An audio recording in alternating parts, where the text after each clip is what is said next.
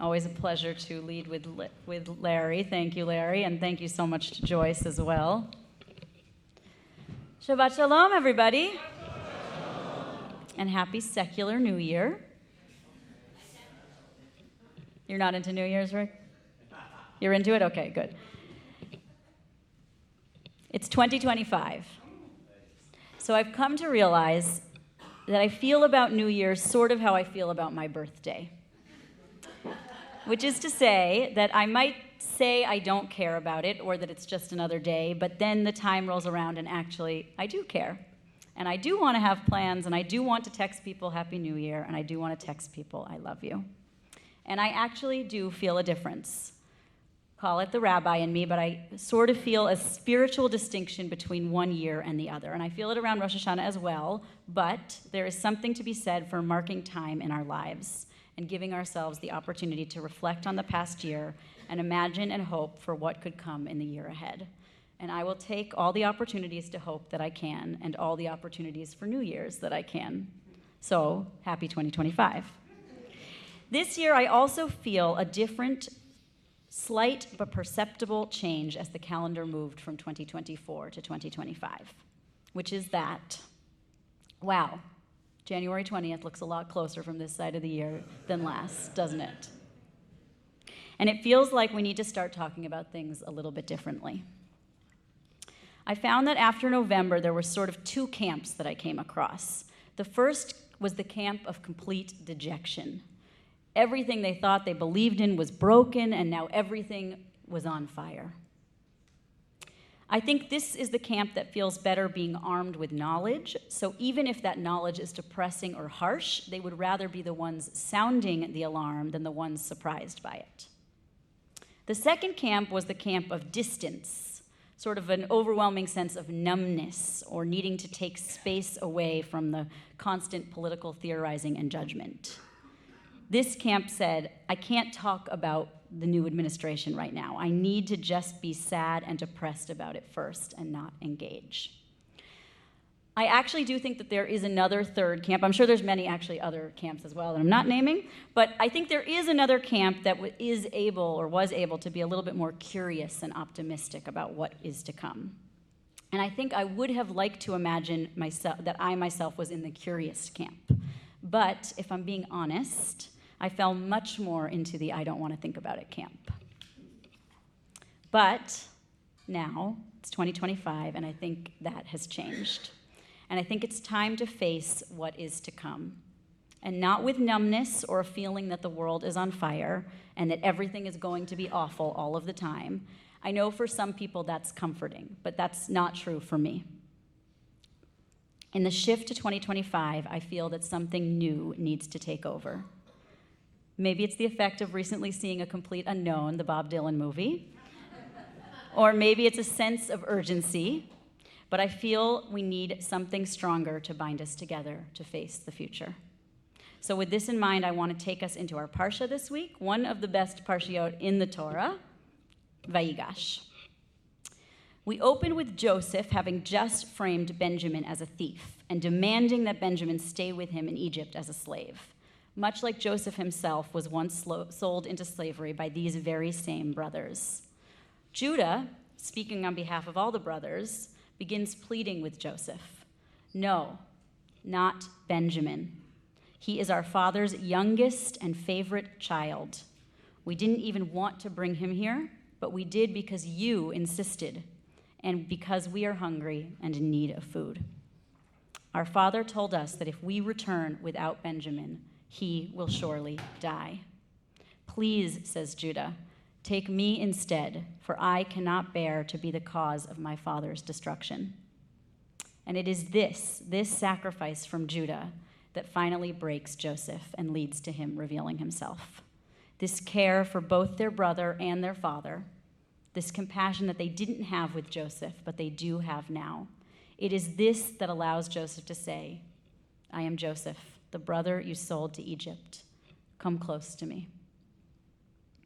I think this story is compelling for a lot of reasons, but one of them is that I find it easy to empathize with both sides. Joseph was almost killed by his brothers because of their jealousy. He was instead sold to Egypt as a slave, which is not much of a consolation prize. He has been sent to prison, and he now has to face the brothers who wanted him dead and hear them talk about his beloved father and know that because of them, he has been robbed of his time with his dad. What he went through is legitimately terrible. But then the brothers have also been through an ordeal. They put up their whole lives with the knowledge that their father did not love them best. It was plain and it was obvious. They are now starving and impoverished.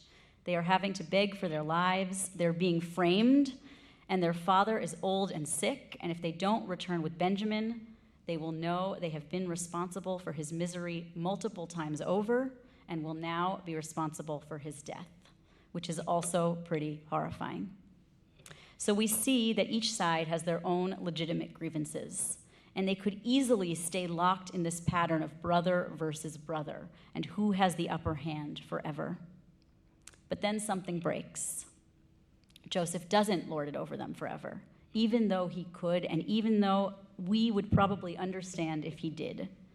This is ultimately the story of teshuvah, but even more than teshuvah, this is the story of love. Joseph has the opportunity to hold on to the grudge of the past and to let it define not only his story, but the story of an entire family and generations going forward. And he instead chooses love and to change the entire narrative. Vayigash means to approach, or to come close, or to come near. This entire parsha is the story of each side coming closer to one another.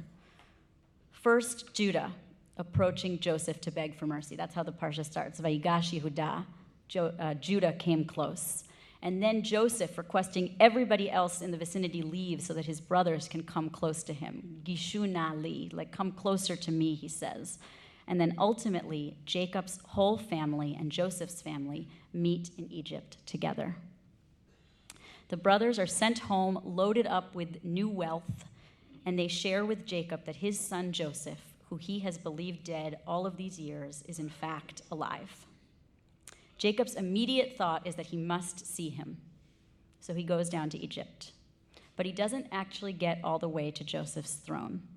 He gets to Goshen, which seems to be in the top corner of Egypt. There might be ancient Canaanite scholars here who could say better than me where this is, but he gets to Goshen, and Joseph comes to meet him there. The text of the parsha says, Joseph ordered his chariot to Goshen, went to Goshen to meet his father Israel. He presented himself to him, and embracing him around the neck, he wept on his neck a good while. That same word, gishana, he approached his father, and he embraced him. But wait a minute, the commentators ask. Joseph prepared his chariot all by himself? Isn't he a big shot in Egypt? Doesn't he have people who can prepare the chariot for him? Can it really be that he prepared the chariot himself? I just want to stop for just a moment and say I think it's amazing and a little bit hilarious that this is what the commentators have chosen to focus on. That, it just says he prepared his chariot, but apparently there's a big question about could he really have done it himself? But that's the question. Could he really have done it by himself? Wouldn't he have ordered somebody else to do it for him? Yes, they answer, because this is an example of how love disrupts the everyday order of things, how love can upset your daily practice. However you usually go about your day, and for Joseph it must have meant ordering people to do his daily tasks, the Midrash says, when love enters the picture, the usual is interrupted. That's not all the Midrash says. It actually says that both hatred and love have the ability to disrupt the natural order of your life. It points to the Exodus story, where Pharaoh comes after the Israelites at the bank of the Red Sea. There it also says, Pharaoh harnessed his chariot himself. And again they say, could it really be that Pharaoh harnessed his chariot himself? But yes, because great love and great hate cause us to do things out of the ordinary. So here's what I think. Here's what I've been ruminating on for the past several days of early 2025. I think in 2025, love is going to win. And I think love is going to win because it has for generations. Great love has changed the course of events throughout history, and I believe it can and will again. all the way back to Joseph choosing love over hatred here in this parsha. Joseph choosing to love his brothers, to embrace his father, to disrupt the natural order of things that said everything should stay the way it is. Palestinian author and activist Ghassan Kanafani wrote, "It is not enough to hate and believe in the past to make a revolution. We must love and be future-oriented if we wish to carry out the revolution." And it's what Standing Together said when they were here last month, that the first step is to ask the question, what do we have in common? How can we move forward together? As the rabbis of the Midrash said, both great love and great hate have the opportunity to upend our lives, and we always have the opportunity to choose which will define us. So I am going to call it now. In 2025, we are going to choose love. We're going to choose the love that causes people to come close to one another, the love that disrupts our natural order, and we are going to choose it, and love is going to win. Shabbat Shalom.